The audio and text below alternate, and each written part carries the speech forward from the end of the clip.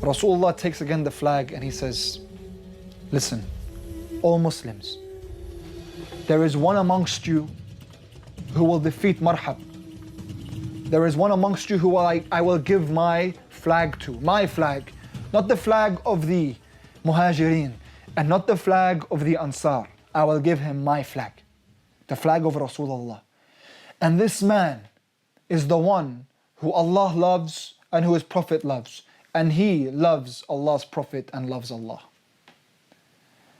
When Rasulullah was speaking in this way, it was almost as if he was passing the torch, passing his flag, passing the torch.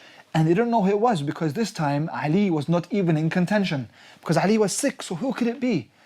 There are reports that that night, no one wanted to be chosen as much as that night, because this was the greatest prestige, to be the one who holds Rasulullah's flag and be the one loved by the Prophet and by Allah, and be the one who will go to defeat Marhab, this giant of a warrior, not allowing anyone to take over the castle.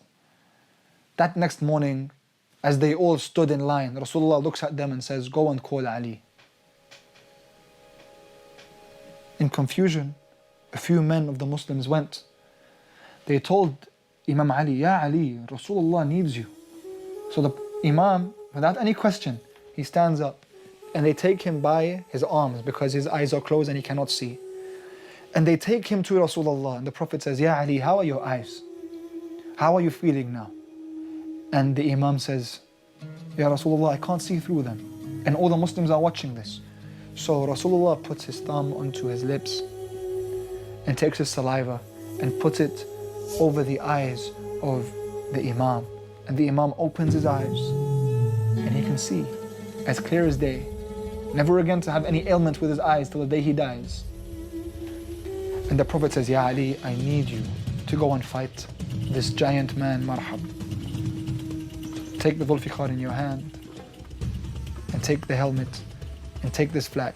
And he gives him the flag of Rasulullah. And the Imam takes this without any question, with hope in his heart and contentment that he is chosen by Rasulullah. And as he walks, he stops and he says, Ya Rasulullah, what do you want me to fight him for? Give me your conditions.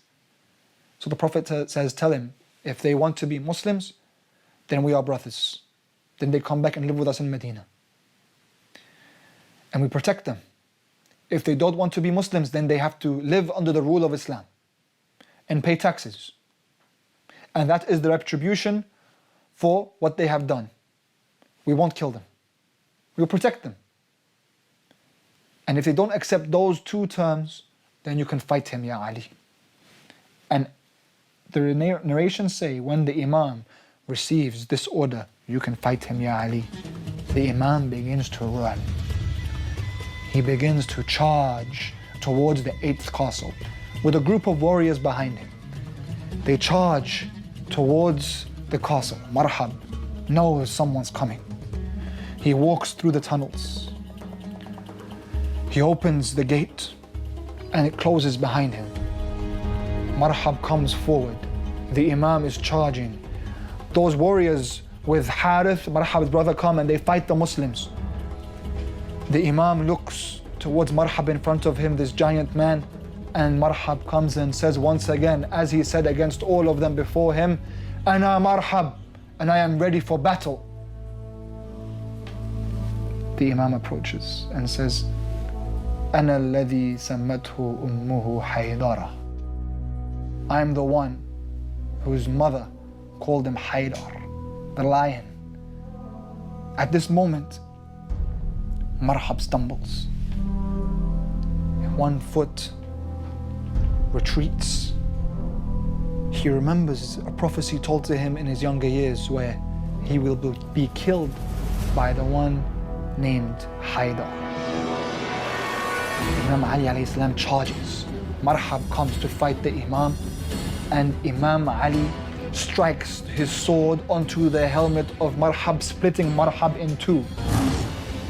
The Imam goes from Marhab to every other warrior in his way and begins to fight them, not leaving anyone in his path. As the Muslims follow through, and he runs to the gate There's no way for the Muslims to enter into the castle. So Imam Ali alayhi salam with one arm grabs the gate of Khaybar and lifts it. The strength of 40 men in the one arm of Ali, as the Muslims shout Allahu Akbar, and the Imam uses the gate as the bridge for the Muslims to go over the trench and enter into the castle, not allowing anyone else to come and fight him. Whenever they would come, the Imam even took the door, the gate of Khaybar, and used it as a shield against those warriors. The Muslims took over the 8th castle. The prisoners were taken in. Imam Ali alayhi salam comes back to Rasulullah, not for glory, not for fame, only for Rasulullah and fi sabilillah. The Prophet looks smiling as the Imam returns with the flag of his Prophet.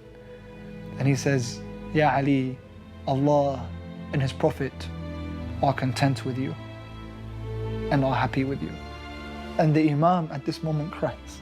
This gentle soul, this brave warrior, yet gentle soul, cries and says, Allah is happy with me.